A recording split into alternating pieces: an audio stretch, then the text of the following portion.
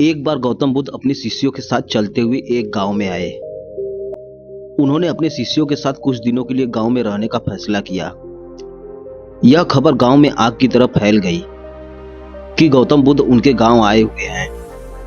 लोग गौतम बुद्ध को देखने के लिए आने लगे और वे अपनी समस्याओं का समाधान पूछने लगे। गौतम बुद्ध भी उनकी समस्याओं का समाधान दे रहे थे। इस बीच एक ग्रामीण ने बुद्ध से कहा, हे महात्मा, हम सभी गांव में कड़ी मेहनत करके अपना जीवन यापन करते हैं और हम धन्यवाद करते हैं जो सर्वशक्तिमान है, जिसने हमें सब कुछ दिया है।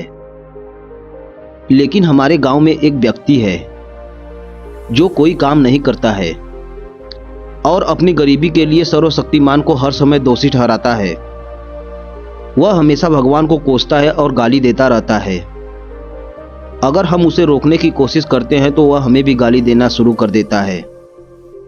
हम लोगों को समझ में नहीं आ रहा है कि हम लोग क्या करें। गौतम बुद्ध ने मुस्कुराते हुए कहा, आप लोग कृपया करके उसे मेरे पास ले आओ। एक ग्रामीण ने कहा, तथागत वह बहुत कठोर है, वह आपको भी गाली दे सकता है और हम उसे आपका अपमान करते नहीं देख सकते, इसलिए उसे यहाँ बुलाना उचित नहीं है। गौतम बुद्ध मुस्कुराए और कहा, चिंता मत करो, तुम उसे यहाँ ले आओ। उससे कहो कि भगवान बुद्ध तुम्हारी समस्याओं का समाधान कर सकते हैं। गांव वाले उसे लाने के लिए चल दिए। वह व्यक्ति बुद्ध के पास आने से इनकार कर दिया और कहने लगा, बुद्ध पाखंडी है और नकली है, मैं किसी के पास नहीं जाऊंगा। लेकिन जब कुछ ग्रामीणों ने उसे बताया कि बुद्ध आपकी समस्याओं का समाधान कर सकते हैं, तो वह गौतम बुद्ध के पास आने के लिए तैयार हो गया। वह व्यक्ति बुद्ध को देखता रहा और कहा, आपने मुझे यहाँ क्यों बुलाया है? आप क्या मुझे बताना चाहते हैं? क्या आप भी चाहते हैं कि मैं सर्वशक्तिमान को गाली न दूं? जो उन्होंने मुझे दिया है उसके लिए मैं उन्हें गाली क्यों न दूं? उन्होंने मुझे यह बेकार शरीर दिया, लेकिन शरीर के लिए धन की आवश्यकता है।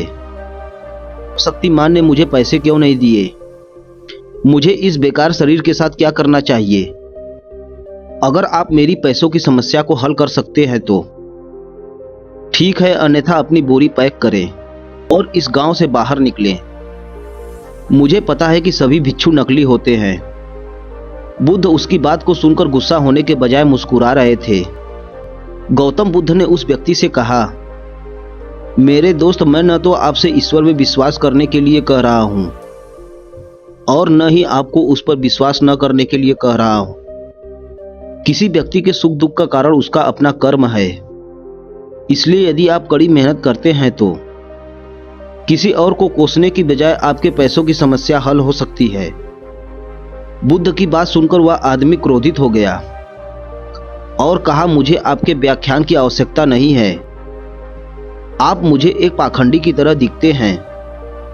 मैं यहाँ केवल पैसे की उम्मीद से आया था।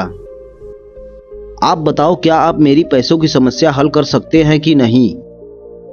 गौतम बुद्ध ने देखा कि उस व्यक्ति को समझ में नहीं आ रहा था। बुद्ध ने उस व्यक्ति से कहा, देखो, मेरे पास पैसे तो नहीं है और ना ही मुझे किसी के पैसों की जरूरत है, लेकिन हाँ, मैं एक राजा को जानता हूं, मैं उससे पैसे ले सकता हूं। बदले में आपको उस राजा को भी कुछ देना होगा। उस व्यक्ति ने कहा, मैं राजा को क्या दे सकता हूं? मेरे पास राजा को देने के लिए कुछ नहीं है। तब गौतम बुद्ध ने कहा, राजा का एक बेटा है जो जन्म से अंधा है। राजा के चिकित्सा सलाहकार ने कहा है कि अगर वह एक जीवित व्यक्ति की आंखें प्राप्त करे तो वह चिकित्सक राजा के बेटे की इलाज कर सकता है। राजा के बेटे को आंख की जरूरत है। अगर तुम अपनी दोनों आंखें राजा के बेटे को दे दो तो राजा तुम्हें तुम्हारे वजन के बराबर सोने के सिक्के देगा और तुम उससे अपना जीवन जी सकते हो। बाद में उस व्यक्ति ने क्रोधित होकर कहा कि तुम क्या कह रहे हो? मुझे अपनी आंखें देनी होंगी?